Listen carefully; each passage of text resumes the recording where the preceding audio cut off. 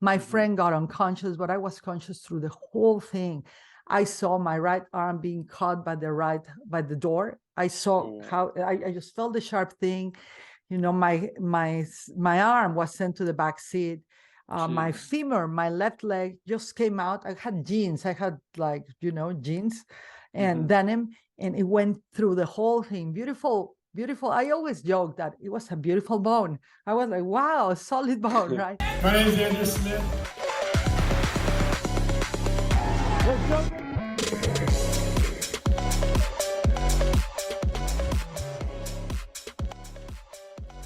What's going on, everyone? Welcome to the Success with Smitte podcast.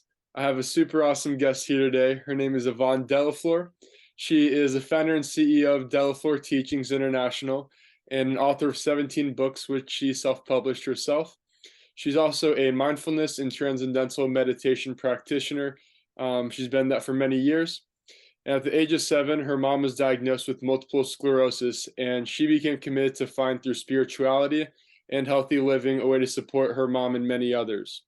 She also survived a near-death experience at the age of 17, where she lost an arm, almost a leg, and while the arm was being reattached to her body, she remained awake during the whole process and experienced an altered state of consciousness, which allowed her to choose a different future after receiving what she calls her second chance of being alive. So, Ivonne, welcome to the podcast. Wow, thank you. Every time I hear my bio read by another, it's like, who's that person? I'd like to meet her. Yeah, it's pretty epic. Yeah, it's a good reminder of things that happen for us in life and what we can choose to create based on those. So thank you for inviting me. Yeah, my pleasure. So yeah, tell us a little bit more about yourself, like your story and everything like that. I feel now in the spot because, as you know, I have a podcast, and every time I do that to the people, I'm like, yeah, it's easy for me. And then now in the other end, it's like, where does the story begin, right? That's the first question to ask. Does it begin when we're in the womb? Does it begin when we have our first challenging experience, right? But my just to give it an overall background with what you shared, so that it's cognitive resonance into that regards. My story is like many others, regular human being.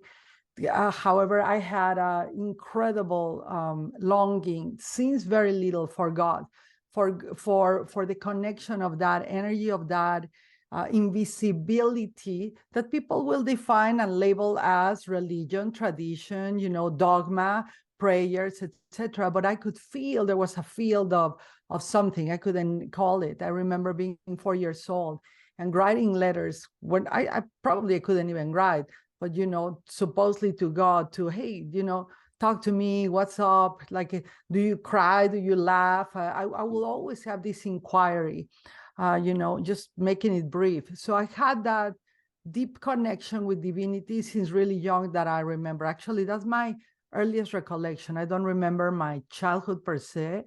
It must have been really happy and traumatic, right? But I remember only my 1-year-old having my first birthday cake and the candlelight. I remember feeling the first experience that I had. It was 1-year-old of being aware and present. How? I have no clue.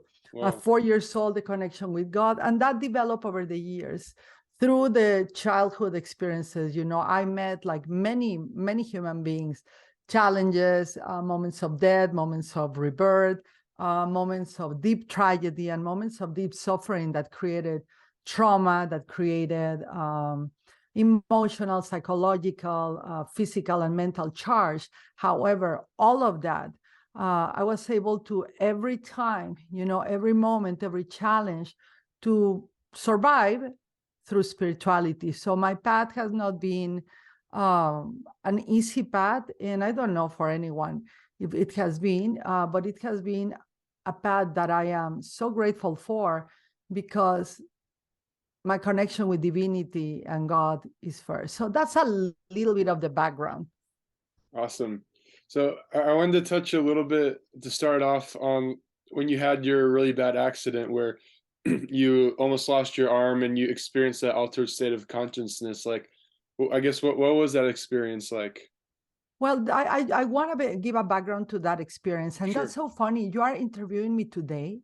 You know, today is my 33-year anniversary of that near-death experience. Really? So we're meeting 11/11. Oh, You know, wow. you're probably going to publish this podcast later. But today it's been, and it's the first time that I celebrate that rebirth day, right? In my previous lifetime before that near-death experience, I am right now 50 years old. But since when I died in that car incident, and I'll share that because I don't call it accident, I call it incident. So I would be 33 years new old right now. So I like that. I like that. My ego likes that. Anyway, Yeah. so a little bit of the background of that car accident or car incident. It's important to know that based on the previous challenges that I have, right? My mom being diagnosed with multiple sclerosis, my parents divorcing, my grandfather dying, having a mind stroke. How do you call it? Brain stroke, and falling in my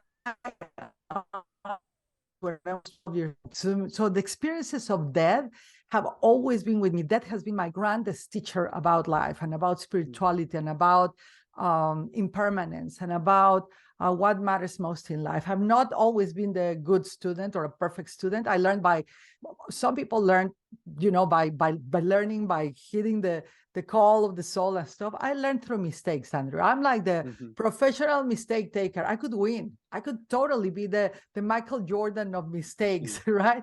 I will be the GOAT of making mistakes. However, those experiences that were really challenging prepared me for what is about to happen. So on November 11 of, I think, 1989, I went to a party, escaped from the house with a friend of mine. We didn't have permission to go to a party. We went to have fun. We went to listen to mariachi singing.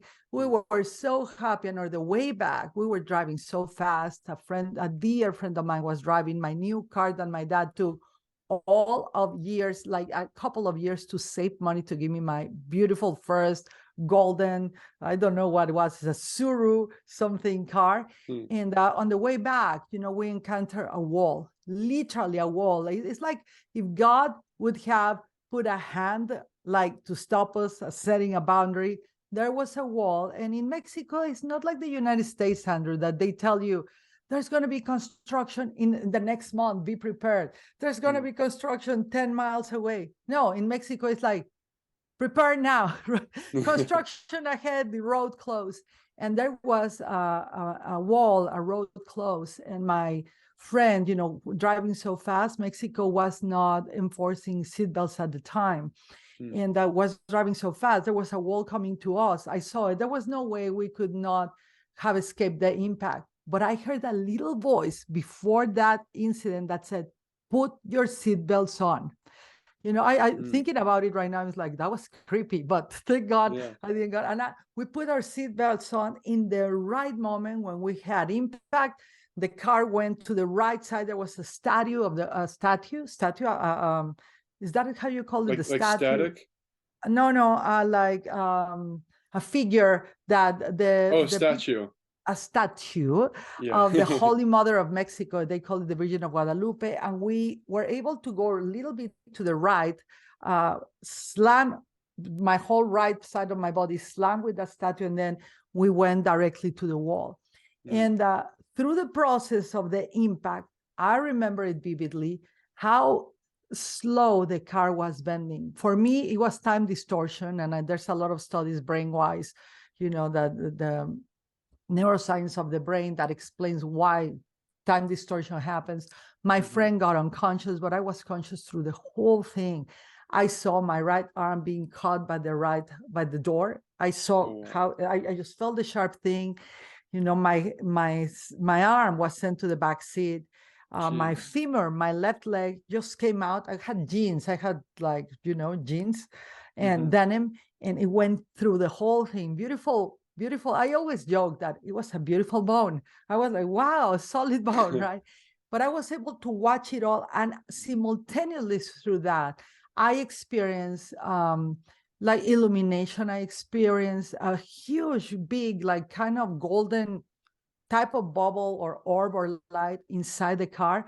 I did not experience like many people that said near-death experiences, oh, I saw a tunnel and I went through the light and it was bliss. No, I just knew the light was there. And in that instant, in that moment, I just knew what I needed to do.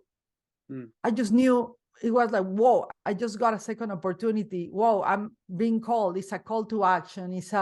There is some kind of summoning. I'm not going to waste it. It was all simultaneous. And so the impact must have lasted, what, less than a minute, a couple of seconds. For me, it lasted like, I think now that I think about it more maturely, it was probably like a year of time that I experienced in that car, even though it was a couple of seconds. So my arm was sent to the back seat. I picked it up. My leg, I couldn't move. I woke up my friend. Thank God she was good. She was just having like little scars. And yeah, so that was what happened inside of the car that day. And I was in charge too because she was unconscious. Thank God there was a drunken man walking by, and he said, "What's going on?" I'm like, "Well, what do you think? We're skiing." Like I was like, "We just had an accident." So thanks to him, all the right people appeared. He called the ambulance. The ambulance came. They took me to the right hospital. It was called the hospital back in the day, the Hospital de Los Angeles. And there was a doctor on call, Andrew. He was an arm reconstruction specialist. Tell me the odds. Wow. So, I mean, Yeah, it's like, right? I don't have an explanation, right? And then it was the best traumatologist, and they called the best doctors. I was almost 2 days on surgery. They reconstructed vein by vein, blood vessel by blood vessel, everything. They rehooked my arm. And actually, I think it was the first rehooked arm. I think they won even an award. Thank God. We love winning. I love the winning of others because if I participated, I feel I won too. It's not that fair. I didn't do the work, but they won. And that was a whole journey. That was just the beginning of what the near-death experience was for me. And it was not an accident.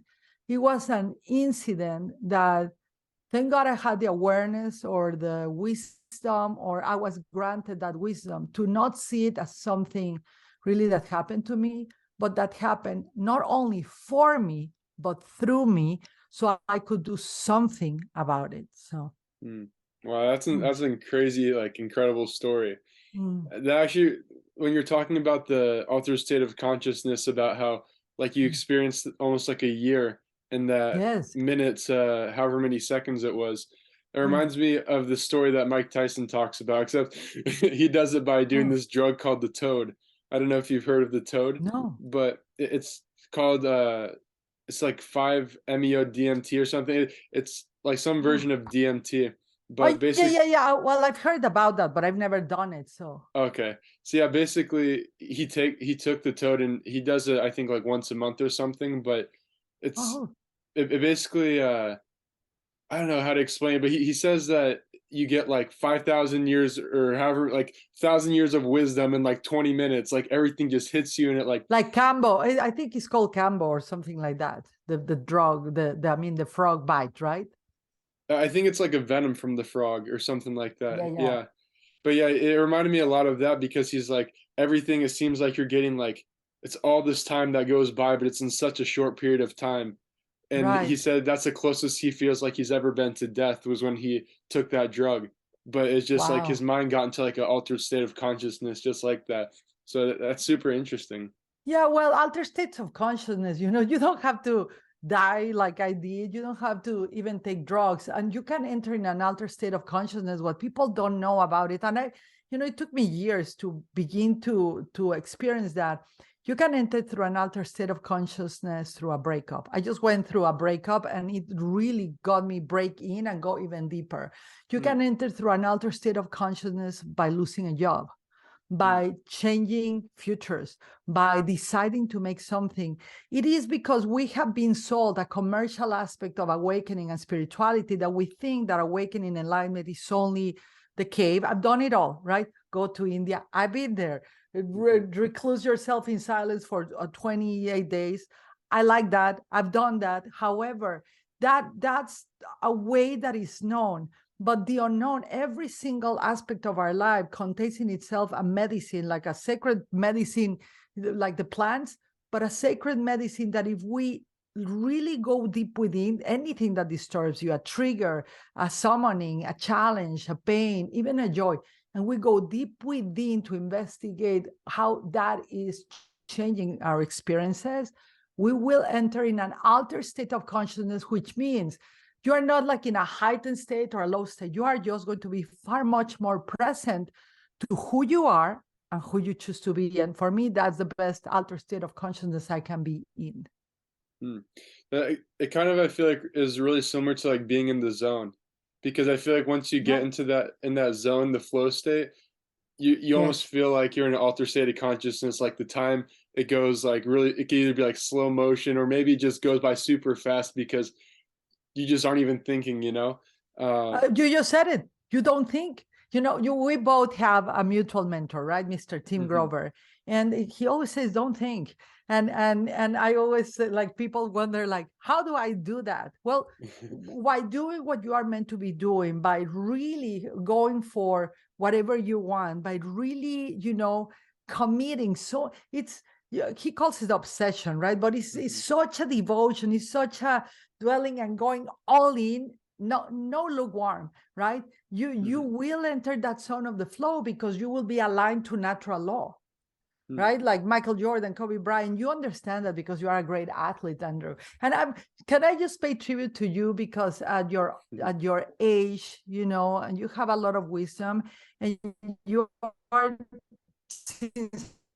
You remember I told you, like, you have the courage and you are asking the right questions. You are doing all of these. So for me, as your elder, you know, I feel very, very proud for you and hopeful for the future generations that you lead into the future now.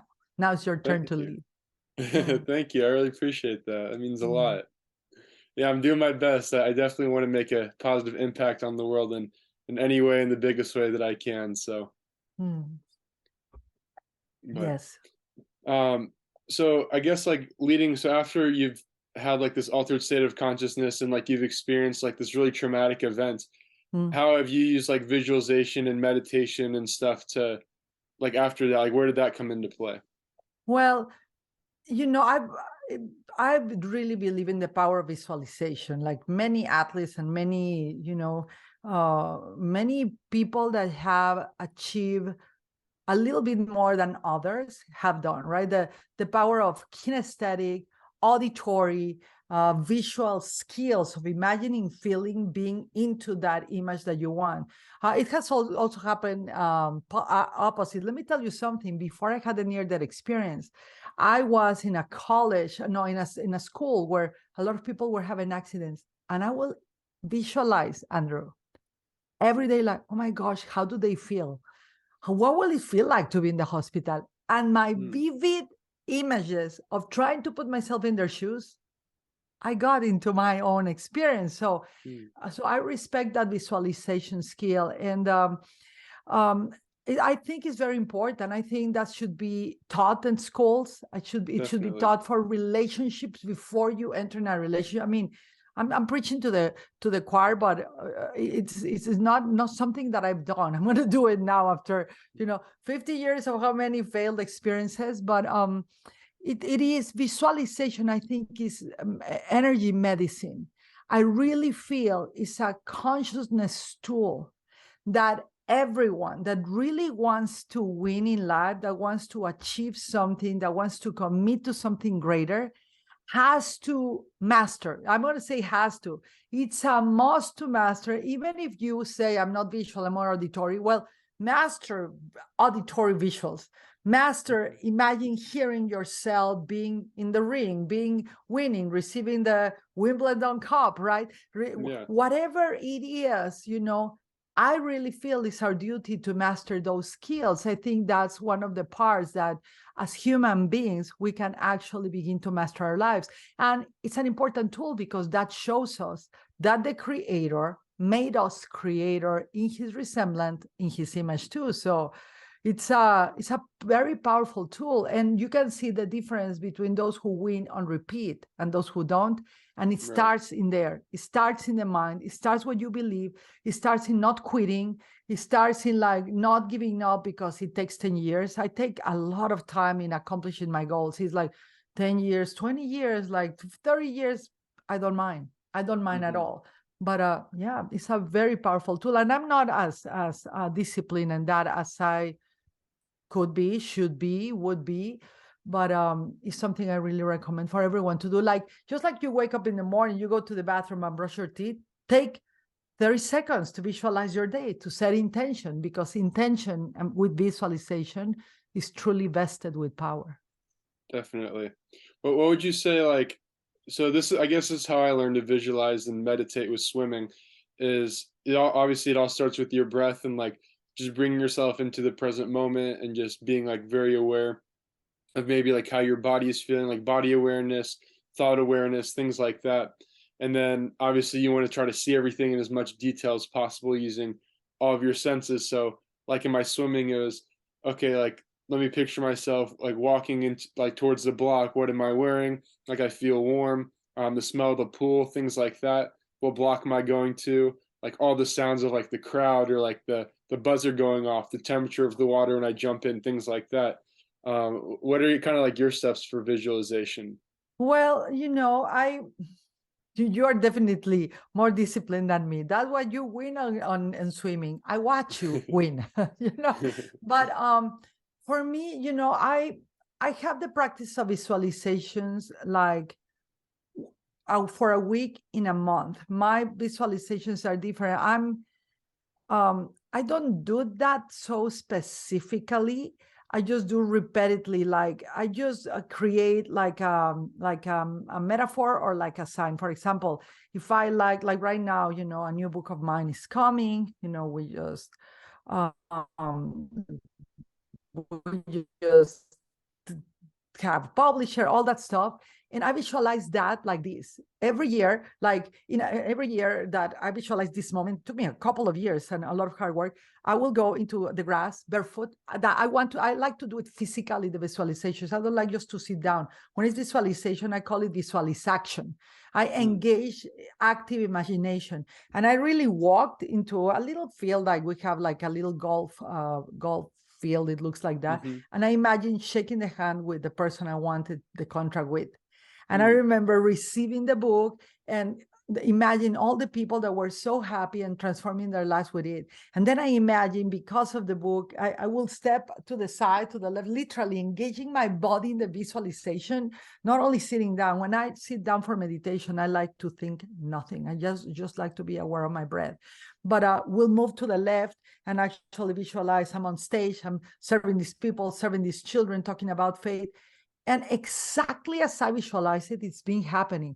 It just takes, I think that for some people it takes longer, for some people it takes less, but people shouldn't give up. But I really do active visualization and imagination. And now that's for me visualization. Meditation is for me something different.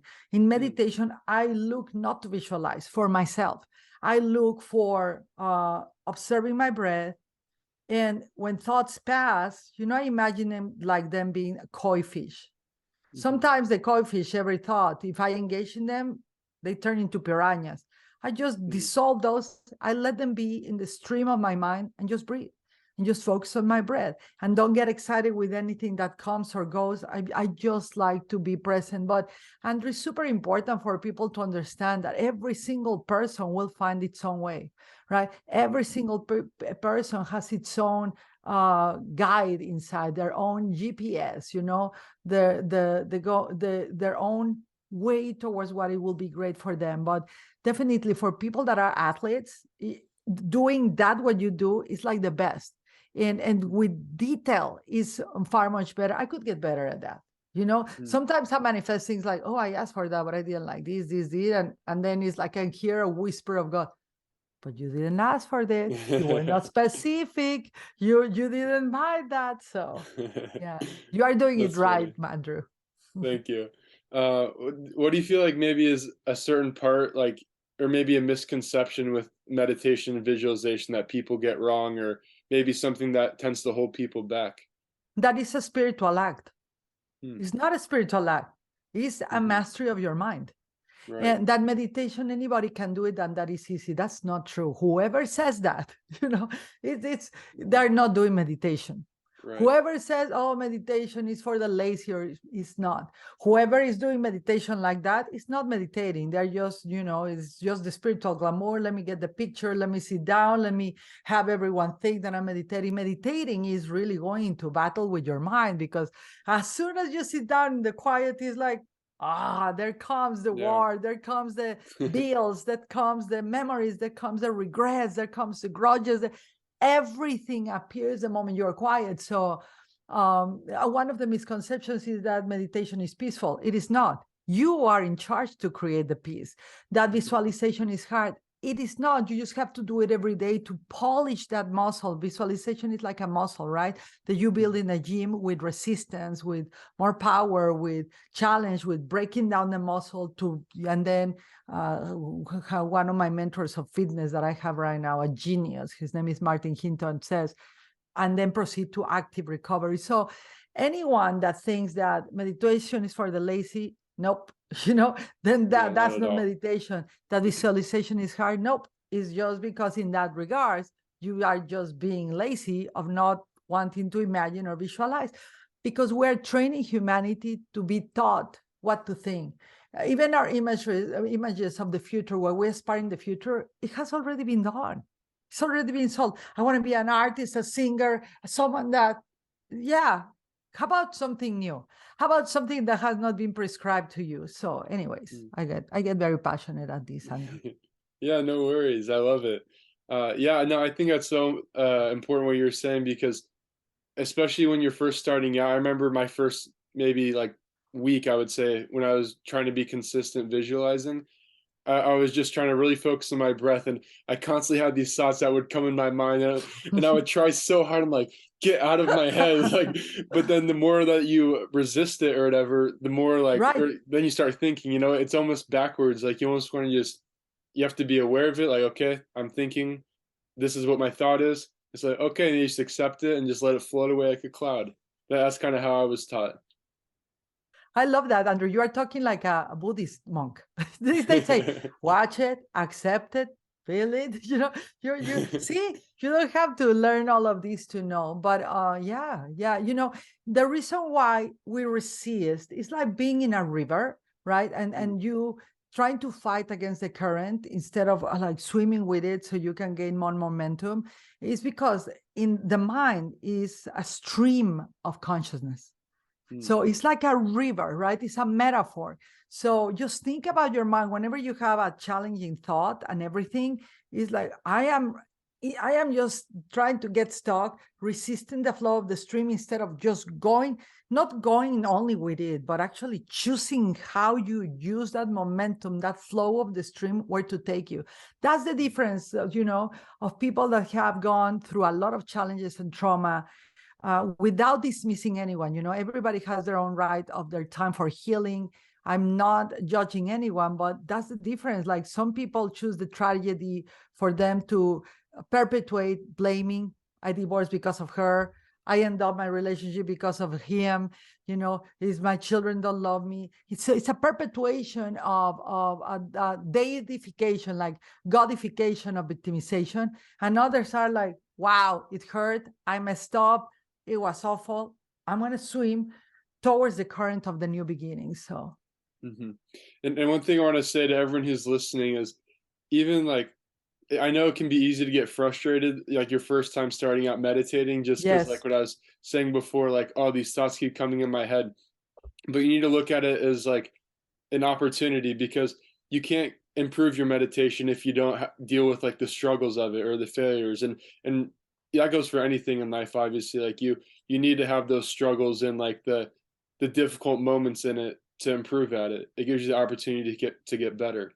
Yeah, that the contraction leads to expansion. That's natural law. Right. But you know what you struggle with? Of course, you're meant to struggle at the beginning. If you are beginning to meditate and you have struggle, say, oh my gosh, I'm in the path. Begin to congratulate yourself, because that will be the struggle of the personality with the being, right? The personality, the vested identities, the egoic self, what we've been told we were, what we thought is possible or impossible, what we believe and not believe, that's going to fight with us, because the moment you start focusing on really going deep, owning all your stuff, and focusing on mastering yourself, that old self, the personality, the biases, the voices of the past, the voices, the echoes of the ancestors, your mother, your father, all of that is going to appear, because he's going to say, hey, what about me? Don't even think about of going to the next level, because if not, I will not exist. So it's like, it's a threat to the possible death of the ego. And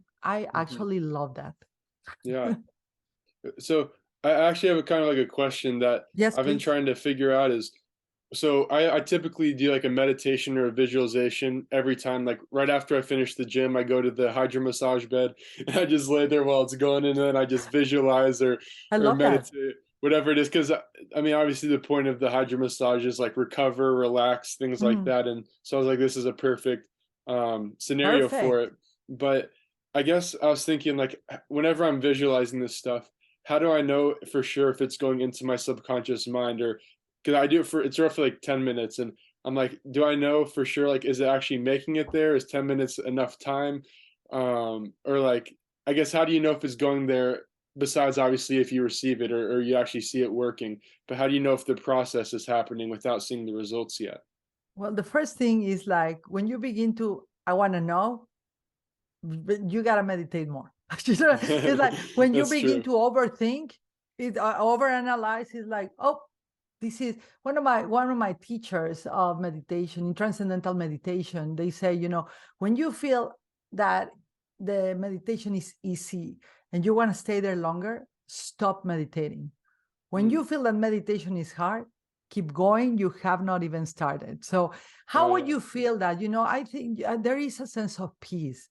There is a sense of, even when all the challenges in life, all the thoughts, all the analysis that is going on always, the chatter of the mind, it's normal. The mind is meant to solve problems, to give you solutions, to focus on what's wrong, to focus on blaming for survival. It's literally just something of the mind. It's not a personal thing that we're all doing just to be the worst humans. Actually, it's part of the survival mechanism of our species, right? But you begin to, when the more you meditate, it's a cumulative effect. The more you meditate, the more you commit to that. I love that you are doing it in the hydro massage. I think that's like the elite active recovery meditation, right? We should Yeah. you can create something like that. Welcome to active recovery meditation with Andrew Smitte. True. But the more you do it, the effect will be cumulative. And one day, how you're gonna know is that something happens, something that used to trigger you was going to come, and you, instead of reacting, oh my gosh, that thought, how do I let it go? How do I know? It's no longer there. So the thought passes by, right? Oh no, you're gonna lose, or you cannot win, whatever. And before, you were like, oh my gosh, yes, I agree with that thought, and you energize it and you become it. And suddenly it's like, nope, not today, not anymore. And the thought leaves. And so it's micro moments of calm, of that you will begin to feel that this is working. It takes Mm. time, it takes practice, it takes mastery, but it's worth it. Yeah, I actually had kind of a funny experience. Well, at the time it didn't seem funny, but looking back Mhm. on it, it actually made me proud of myself, because it was like such a small thing though. Like I went to work, and then my keys, like for my car, got lost like in the security check-in or something like that. And then I was like, what do I do? And I was like, I don't really know what to do, because like once my shift is over, then I got to obviously drive back home, and I don't have my car keys and everything. And so I had to work the entire shift without my keys. But I remember I asked like my manager, like at the end of the shift, and then one of the guys who was working in the same area as me, he was like, "You lost your keys?" Like, dude, I would have been freaking out. He's like, "How are you so calm?" And like even my manager was like, "Bro, how are you so calm?" Like, and I was just like, I don't know. To be honest, I didn't really even, I didn't think about it, because it That's just came right. so natural to me. I was like, Right. it's nothing, I can't do anything about it now. Like I have to wait until I'm done with work to actually address the problem anymore. So while I'm working, I'm just focused on what I'm doing. I'm not gonna dwell on this thought that's gonna stress me out the entire time. And to be honest, I think that probably goes back to my meditation just being like, it's like a side effect that I didn't even realize, kind of. I love that. We should talk about the side effects of meditation. You will become, and you will piss off people that expect you to be reactive, that expect you to be different, that tell you stuff, that could react. It will piss off people. The calmer you are, or the more mastery you have on yourself, sometimes you are not calm with meditation. Sometimes you become the storm. Sometimes you become, so wild, but you return easily. I like that, the side effects of meditation. Yeah. But also, Andrew, is like you have focus, right? You have focus, and when you really commit to focus, and you become, one of my dear friends, Jesse Elder, says, you become a practitioner of something called selective ignorance. And what you just said, like, why am I going to get so stressed about this? It's like a waste of my time. Well, that's wisdom, love. Congratulations. Yeah, thank you. Yeah, and luckily I found my keys. The security person, Oh, that's good. Yeah. she was like, I found it on the floor. I was like, oh my gosh. I was like, well, perfect. And I was just grateful that I at least got the keys back. That's really all I cared about. But so I think I might have heard you talk about this before, like on another podcast, but I'd love for you to expand on it more here. So I know everyone always talks about like, oh, like make sure you're always showing gratitude, be grateful, practice gratitude, things like that. And I've been really trying to do that a lot this past like month or so. Like every night when I go to bed, I have like a little note in my phone where I write what were like my wins for the day, what could I do better. Actually, I got this from Kevin Bruins from our group. Remember Kevin? He actually Kevin, when you hear this podcast, koi fish. But yeah, I got this thing from him. He was like, do this every day. I'm telling you, bro, it'll help change your life. And it really has. Like, I've been writing like my wins, things I could do better, what I've learned from it, what am I going to do different, and then I write like what am I grateful for at the end. And I noticed like the more, well, one, I feel like I sleep better at night, which is kind of interesting because you wouldn't really think about that right at first. But the more things I write down that I'm grateful for, and that I truly like feel it like in my heart, like, oh, I'm so grateful for like this really comfy pillow in this bed. And I'm grateful for like the people who listen to my podcasts, who come on my podcast, things like that. Like, I don't know, you just feel good. I feel like I get better quality sleep.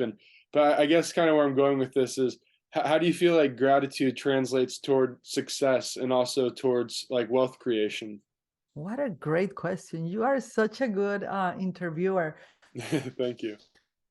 Well, I do a practice of gratitude for years. I write 10 things that I'm grateful for every day, even when I don't feel like it, even when I cannot find it, even when, even though I have everything to be grateful for, sometimes I cannot see it. So I do want to tell people, don't feel bad if one day you're like, I'm not grateful, I feel terrible. Well, welcome to humanity, right? That's part of being alive here. But it is, it's an investment into the bank of what you want to grow. Everything we invest our attention into, attention is incredible asset, right? Will grow. So our return of investment will be equal to what we invest on, right? And so when we, because the day is chaos living in humanity, right? It's a chaos, is the challenges, the television, social media, it's the amount of information that is being shooting to our nervous system, to our reticular activation system, to our regulation system. It's a lot to self-regulate and to co-regulate with this crazy world. But gratitude, for some reason, has this gravity, this potency that realigns you, puts an investment in the bank of what you do grow. And what it does, I like that it does this in the brain. Gratitude calms in the brain the amygdala. So the amygdala is the one that goes into fight, freeze, or flight. It's a very reactive, overreactive system. And when you are grateful, I have a bed. The amygdala is like, okay, I don't have to freeze or fight because I don't feel safe. Oh, I have water. Wow, I don't have to survive for water. I have food. I don't have to survive for food. So you see, we begin to be our own kind of our own neuroscientist, inner neuroscientist, and we begin to calm down. And gratitude has an effect on the nervous system and something called the vagus nerve that begins to adjust you. It's like a invisible massage. And that's why we sleep well, because we go to sleep with abundance and not like mindset. And so that translates into success. That translates into wealth. And you don't have to like, I'm going to be a million gratitudes, but one gratitude that is honestly shared is like a bar of gold that you invest in yourself. So what you focus on grows. So if you are wealthy in your gratitude, you will be wealthy in your results. Dang, I love that. That's a really good way to say it. I like that. That's awesome. So it's pretty much just like the law of attraction, right? Like the more you focus on it, the more obviously you're going to attract it into your life. Well, I like it. However, the law of attraction, the more I focus and the more I take action. The law of action. Action. The law of attraction doesn't work if I don't do my job. God can come running with $1 million.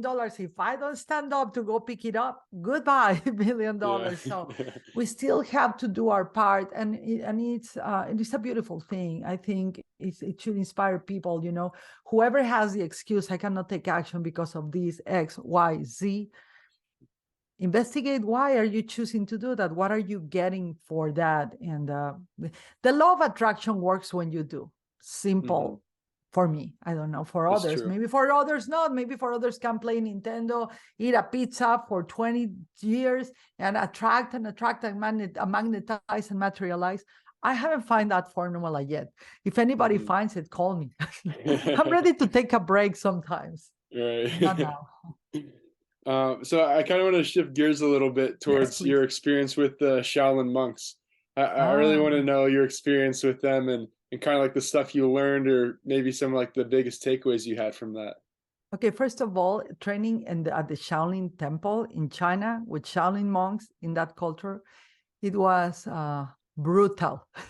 It's the first time when I went training there for Tai Chi and went training there for tea ceremony, that I love that meditation, and for calligraphy, while my son was training in Shaolin Kung Fu. That was hard. That was the hardest, but for him, he loves it, right? But it was brutal because I went to train thinking I knew what training was. I had no clue. For me, training was I go to the gym 1 hour a day. That's not training, right? There it was the brutal focus of the mind, of the body, of meditation, of what you write, what you read, what you hear, when do you eat, being able to show up in very hot conditions on the weather or cold, not having air conditioner, not having anything to depend on but yourself. And so it's been, because I still, I'm a practitioner of the Shaolin arts. I do Tai Chi, I have a teacher. I practice tea meditation almost every day. Sometimes I don't, but almost every day. And it's trained me into how important it is, not only the flow, but also the action, not only the heat of life, but also the cool of life. It has helped me be more in tune with nature and also with the nature of other humans. And it's been a beautiful practice. It brings more reverence into the body, more elegance into the mind, and more commitment into your actions or what you do. So, but it was brutal, Andrew. The trainings with these, that's focus. That's not like wannabe focus, commercial focus. That's focus, that's devotion, that's something I aspire to become more of. I definitely want to go to one of those Shaolin temples. Like I just want to even just like witness it, like just be in the presence of like these monks who just dedicated their life and like all their focus and energy towards being like the best, basically human that they can be. Like the best. Yes. I just want to see what that's like, and also just like the mental stuff. Like I would love to learn and hear, like, I don't know, I guess just like see what their mindset training looks like. So let me tell you your something that they it? say in Shaolin Kung Fu. They will tell you, if you go into the temple of the Shaolin Temple to train, where the highest Shaolin monks in all history have been trained, they tell you Kung Fu is not what you do here in the temple. Meditation is not what you do here with the monks. It is your everyday life where you are doing Kung Fu.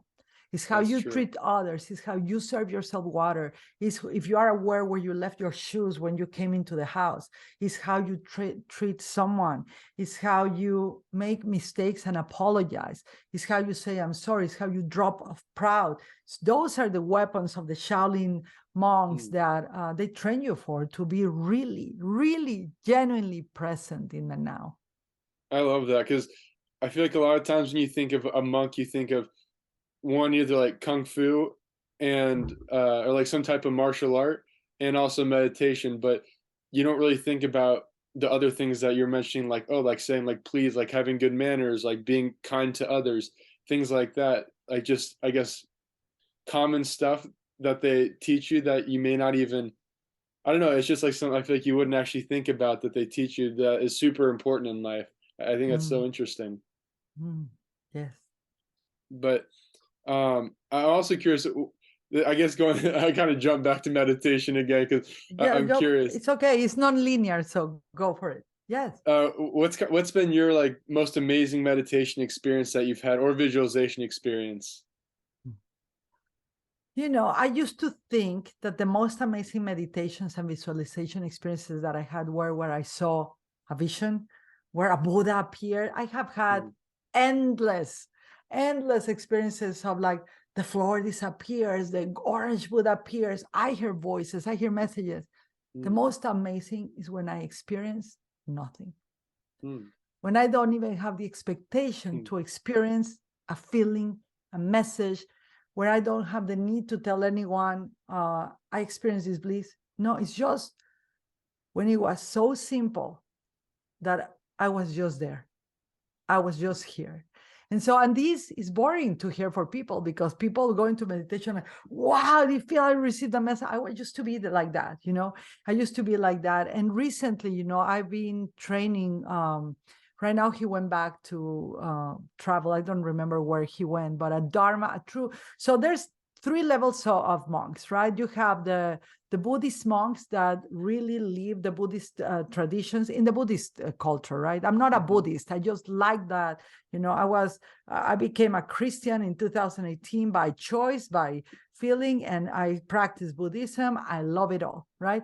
So the Buddhist is like, you will live, you know, aspire to be like the Buddha, which is not like a deity, but you want to master yourself. The other is the Dharma teachers, and the Dharma are more advanced people that decided to devote their lives to the teachings of the sacred and pass it to others. And then there is a Sangha aspect, and the Sangha is when you really devote to build incredible communities and serve the community, the world, right?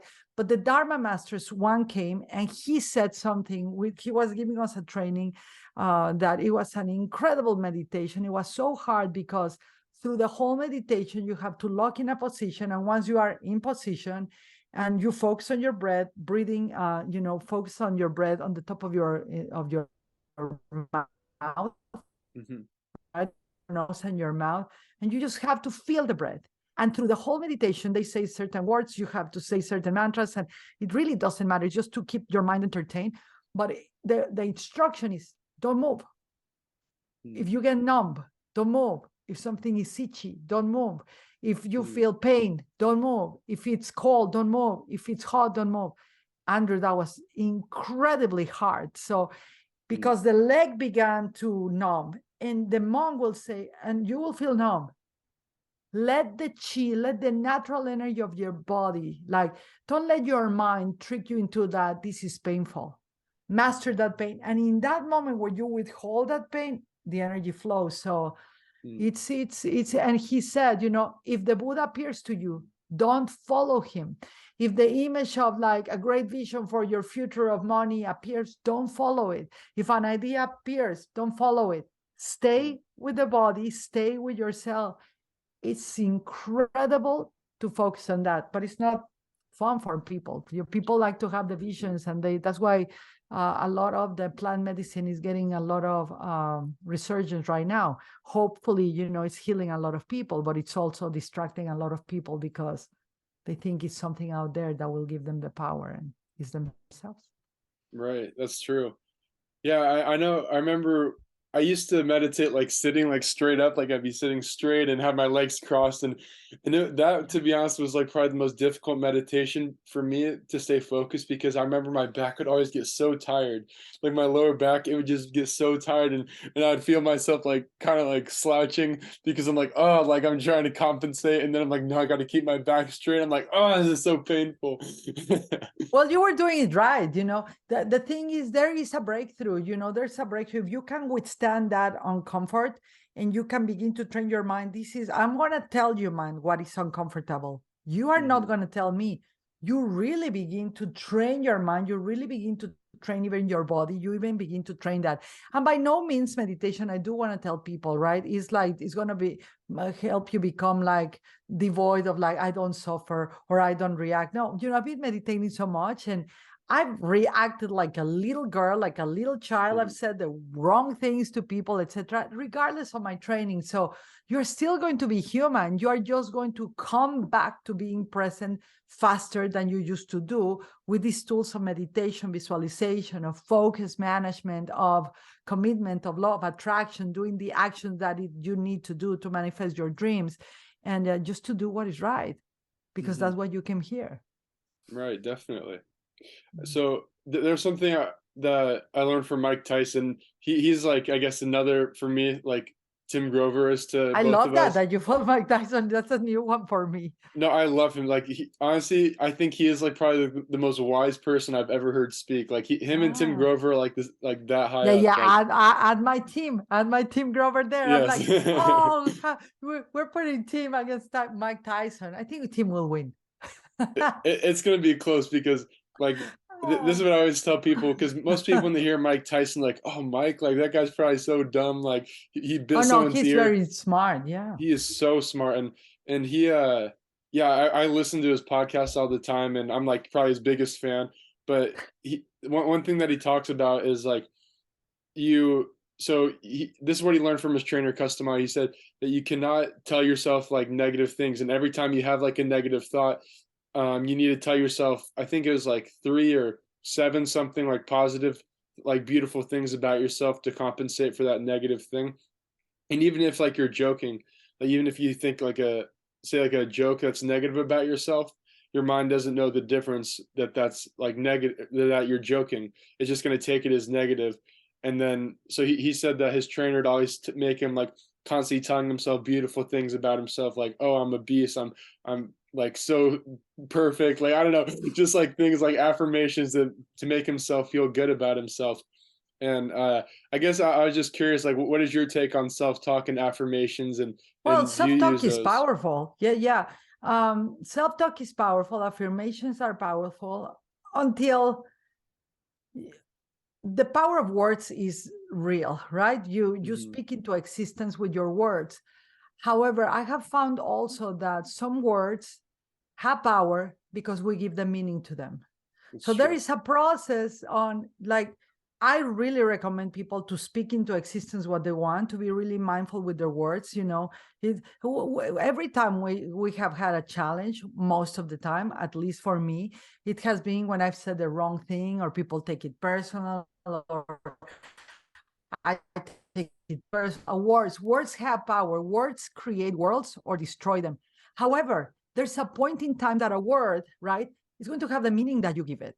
Like someone can tell me you're stupid, and I will be like taking it personal, or saying to myself, I'm so stupid, I'm so dumb, or like, that's stupid. And if the meaning of stupid will be like successful, transformational, unique, present, integrated, divine, stupid, then I'm stupid. Oh, that's clever. Then I'm stupid. So I want to rise above how, as often as I can remember, again, it's like it's a game of mastery. Life is a game of mastery for me, right? And thank God for the people that I'm surrounded by, thanks to Tim Grover, thanks to all of you. Now it's like, so refreshing to see people really thriving for It is. excellence and doing it. I know a lot of people that speak, I want to do big things in the world, and they do nothing at all, and that's not my people, right? But yeah, imagine. So whoever told you something in the past, obviously you have to maybe heal from the emotional charge, or the wounds, etc. But then you can change the word definition into something that facilitates your growth, because people are going to still say bad words. You are not going to be perfect in saying like, I'm going to repeat my 100 affirmations today. That works too. I'm not going to always remember to be grateful. Sometimes I'm really pissed off, Andrew. Sometimes I'm like, I'm not going to be grateful for that thing, or for that person that stole money from me, or that ungrateful being, whatever it is. Sometimes you're really going to be a reactive human, and train yourself. The training must be that you must train yourself that if everything comes against you, you will come in favor of you, whatever it is. So affirm yourself into existence that I am committed to mastery, whatever it is. And for me, that will be a solo affirmation, right? I used to do all of that like 10,000 times, but my time became so much more precious, and I don't do those anymore. Yeah. I maybe should be doing them right now. Yeah. I used to use them a lot in my swimming, like especially before races and stuff. Oh, I that's would good. like I always be like hitting my chest like I'm a freaking beast. Like in my head, I'm like, let's go. Like these guys are probably scared facing me, just like stuff to really hype myself up. And I noticed the times where my self-talk was the best, I always had my best races. Huh, I always had my interesting. best times. Some people work in the opposite, right? Like some people work like, you're a shitty whatever, pardon my language in your podcast, right? So it's, I don't know, it's whatever it works for you that doesn't hurt people, do that to excel. Whatever, as long, for me, that's a core value, that doesn't hurt people, that doesn't create, there's a concept in Latin that is called primum non nocere, first do no harm. And that doesn't say I'm not going to do harm. Like even myself, with all these spirituality and everything, I still harm people with my words when I'm triggered, unconscious, or hurt, or tired, or something. There is, I see it, like it came out. I'm like, what how is that possible? Yeah. That is my sign that I require to attain more mastery, to undo certain things. But whatever it is for you, affirm unto yourself what you do want, and hurt no one. Primum non nocere is first do no harm. It gives you a pointer, right? It doesn't mean that you are never going to hurt yourself or others, but it's going to give you a focus of, this is the lane I want to swim. This is the dreams I want to explore. And this is how I want to do it. So just put a tone to it. Set an intention. Intention is really vested with power. Definitely. Actually, when you're talking about like the meaning that we give to words, that reminded me of this guy. You know who Lecrae is? He's like a hip hop artist, but he's known, well, he's known as like a Christian I hip feel hop really artist. old right now. Okay, so yeah, well he's like a Christian hip hop artist. Even though he doesn't like the stereotype of being a Christian hip hop artist, he just likes to be called a hip hop artist, I guess. But That's basically, another stereotype, but who cares? If they yeah, call you Christian, spiritual, no spiritual, right. But But I what did he remember, say? yeah, I was listening to this talk that he was giving, and he said that he's talking about like curse words and like cursing and stuff, and he said that if I call, he's like, let's say if someone like bumps into my car and I get out of the car and calling him like a pinecone head or something, and what by that I mean like I hope you die or something, then that's like cursing, even though it's not like your typical like bad word necessarily. The intention that you mean behind it is like negative, but let's say if you say like your stereotypical like bad word and you mean like I love you by it or something, obviously it has good intention behind it, so it's not like the same thing. So I don't know, it's just a really unique perspective for me, that I guess, I don't know, I heard it probably, it's been at least a year or so ago, and ever since then I was like, that's really interesting, and it kind of made me more mindful of like the intention that I say things That's towards it. people. I love that. It makes whatever makes you more mindful of yourself, of awareness, right? Whatever makes you more mindful when one makes a mistake, right? When you fail or something, to return to mindfulness, to return to like, oh, I did this, I made a mistake, take responsibility, and be, I really feel mindfulness leads us to mind emptiness, right? To be like a clear crystal lake where you can really be more. So like, I really believe that people can be consistently in the zone. consistently, right? Like a state of, it's called equanimity and equilibrium and quiescence and quintessence, beautiful words, right? Yeah. But feel that there's an energy component. I aspire for that right now.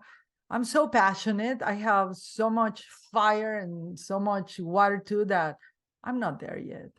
I'm not there yet. So That's all right. mm. So I got one last question for you, and then there's like these little speed questions that I ask at the end of every podcast. But Okay, that's fun. last question I want to ask you is, I know you talk a lot about futuring, like that's kind of like a big thing for you. And so I wanted for you to, I guess, talk about that a little bit more and what that means.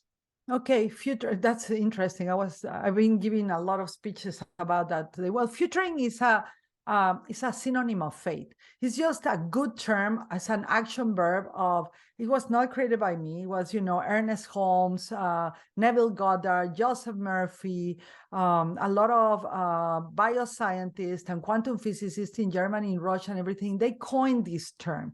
And futuring is, you have heard in leadership, they have a term called start with the future in mind, or at the end goal, or now reverse engineer, right? So futuring is the act of being present in the moment, aware that you're creating your expansion of your moment, your next moment, based on not your past anymore. You use your past as a place of reference, not as a place of residence or a death sentence.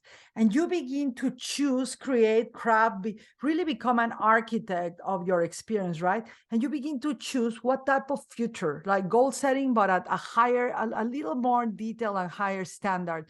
What type of future do I choose to create? What type of quality, right? The futures has so many qualities, our lives. Yeah, we can have a dark moments in life, dark futures. We can have very dim, like blah, lukewarm, just nothing gets done. That's a style of life or futures. We can go bright, like status quo, let's get it, let's kill it, let's hustle, and everybody's doing the same. I'm not interested in that. I want to be at the top and all of that. That's bright. That's a better place to be, right? And then there's brilliant future, and brilliant future is the realm of faith. You don't see it, but you aspire to become the best, right? You work every day for that unseen end goal that that you wanted.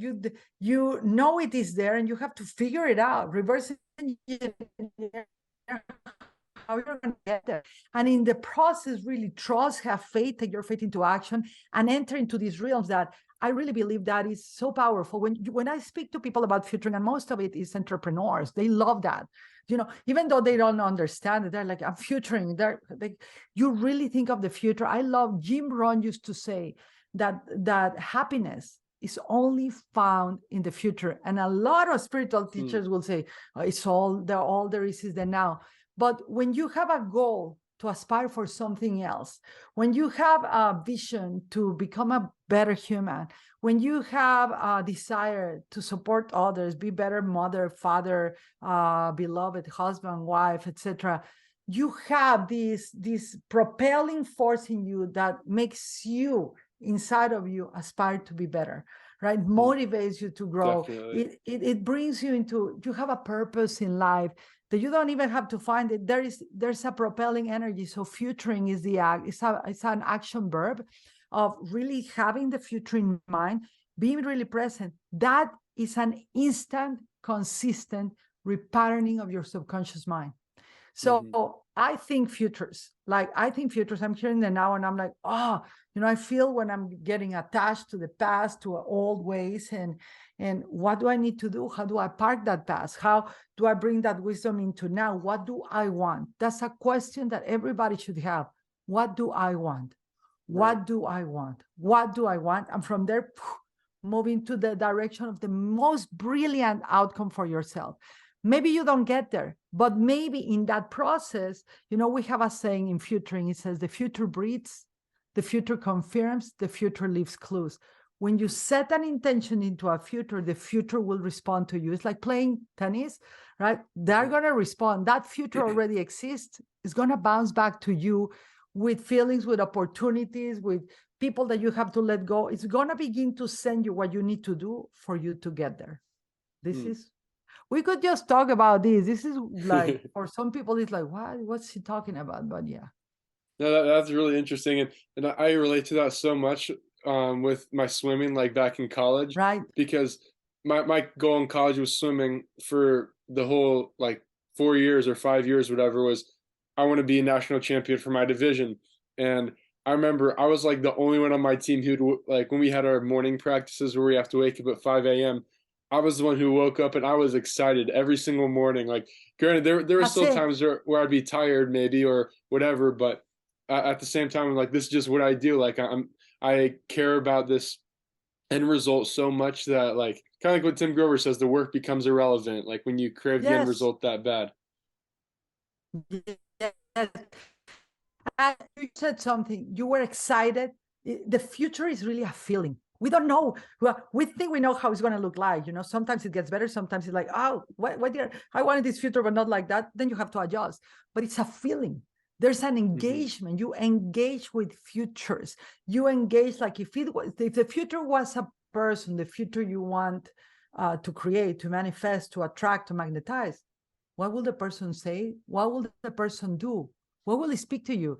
Like, and what is your energy that you're bringing into it? Because your energy, your intention, your work, is an offering to that future. Do you Mm-hmm. earn the right? Do you have a devotion? Have you earned the respect of the future that you want to bring into manifestation? So one of the things you could do, Andrew, and anybody here, when like take your visualization skills to the next level, is like, oh, I want to win this. Like, if that win was a person, what will it say to you? Hey, Andrew, I would love to receive you. I can't wait to hold you in my arms and pat you in the Mm-hmm. back that we did it. However, I need you to do this for me. I need you to do this for me. What will it tell you? What will that goal, that vision, like I just did that with a book thing, a book contract, right? What will it tell you? Like Tony Robbins says, who will you have to become? But what will that tell you? What does that moment in time, that person, that win needs from you? And then when it tells you, are you willing to give it your all in that moment? I love that. That's really cool. That reminds me. So on my last podcast, I interviewed this guy named John Sonmez, and he gave a really interesting point that this reminded me of. He said that how he sets his goals now is he thinks about, or he sets his goals based off the person that he wants to become, not like a tangible thing. Yeah, So yeah. like let's say if he wants to develop, I guess, more discipline in a certain area or whatever it is like that he wants to work on in himself, he'll set the goal of like who he wants to become and then do things, I guess, to help him achieve that goal of who he becomes. So something along Right. those lines. But I thought Yeah, that yeah, was you so can interesting. visualize that. It's because imagery is power, right? And imagery is like, imagine that you're going into, like, you're going to purchase new clothes. Hmm. Images are like that. So you can wear the image. You can imagine yourself wearing it like a suit, like a new jacket. I'm going to put the jacket of being really prosperous, having lots of money, not having any debts. I'm going to wear, how will that feel? And you begin to invisible wear it and you begin to act like that, right? Not pretend, but you begin to feel into that. How would you act? What would you do if you were like that? You will be more mindful with your money. You will be more selective with your words. You will be more selective also with your time use, more efficient with your yes, what you say yes to, and more generous with your no. So it begins to, like, if I try on, for example, if I try on a real good athlete that is the first time I'm training into my fitness and all of that in a Hmm. good way, yeah, I'm like, wow, like now, like eating certain foods is like, no, I'm not that person, right? that Right. that that what you want to become will tell you what is the personality of who you want to become, and wear it as a jacket. But don't get too comfortable in it, because you want to keep growing. Hmm. Status quo, it's such a challenge, because sometimes success becomes the status quo of our tomorrows. And sometimes we think we got there, we think it's the best, we think we have the best relationship, we think, and it's over. Like, it's like you outgrew it. So you will outgrow that. So just keep practicing. It's just practice, dude. Right. Love that. Always need to keep working to get a new jacket. Yeah, I love that. You know, Mm-hmm. get the next, like in golf, right? In the Masters, get the next one. You know, Yep, like exactly. Tom Brady says, "What's your favorite win?" The next one, right? Yep, The next that's one, true. the same. Mm-hmm. Yes, Awesome. thank you. So, Hey, ready? all right, speed questions. Some of these, they may not be as speedy. I always tell us they may not be as speedy as you Okay, okay, think, but okay. okay. What is the best piece of advice that you've gotten that's impacted you the most? Mm. Um, trust yourself. Trust yourself. Mm-hmm. Definitely. That's a good one. And Mm. then what is your favorite quote and why? Um, Tim Grover's pressure is a privilege. Yeah, Because it's truth, because that's nature, because that happened in the womb when we were there, because that's how diamonds are made, and because humanity is like that. And if I don't love pressure, I'm not loving being human. So pressure is a privilege. definitely. Yeah, and you're not going to grow if you can't handle pressure very well. It's a big part of the Right. And process. then I want to have power, have my own power. I want to be resilient. I want to be self-reliant. I don't want to give it into someone else. And if the pressure, even if it's challenging and brings suffering, something that's temporal. But power Mm-hmm. that you gain by that, by the pressure you withhold, stays with you as long as you live. So I want that. Definitely. Awesome. And then last question is, what book do you recommend everyone should read? I'm gonna be biased. Yeah, but I'm now competing for two. Well, actually, it will be As a Man Thinketh Hmm. from James Allen. I also, of course, I want to say the Tim Grover ones, but it will be As a Man Thinketh, and it will be a page that the As a Man Thinking James Allen has in there that says, "You will be what you will to be." Let Hmm. failure find its own content in that poor world environment. But spirit scorns it and it's free. It masters time. It conquers space. It leaves that trickster chance to be a certain place. The human will that force unseen the birthplace of a deathless soul can hew away with any goal, though walls of granite intervene. Be not impatient in delay, but wait till one to understands. When spirit rises and commands, the gods are ready to obey. Wow, I'm impressed. Dang, you got the whole thing memorized. The whole book is a guiding light for me every day. That's awesome. I love that. So Mm. yeah, thank you, Yvonne, for hopping on the Thank podcast. you. It is a Great pleasure. question. That was awesome. I had a lot of fun. Thank you. Yeah, I did too, and I learned a lot and really enjoyed our conversation. And one more thing, where can people find you if they want to connect? Well, they can send an email to my team, support@delaflorteachings.com, or social media, Ivonne Delaflor, TikTok, everywhere, or my website, delaflorteachings.com. Awesome. And I'll put the link to those in the Thank description you. so people can check them out.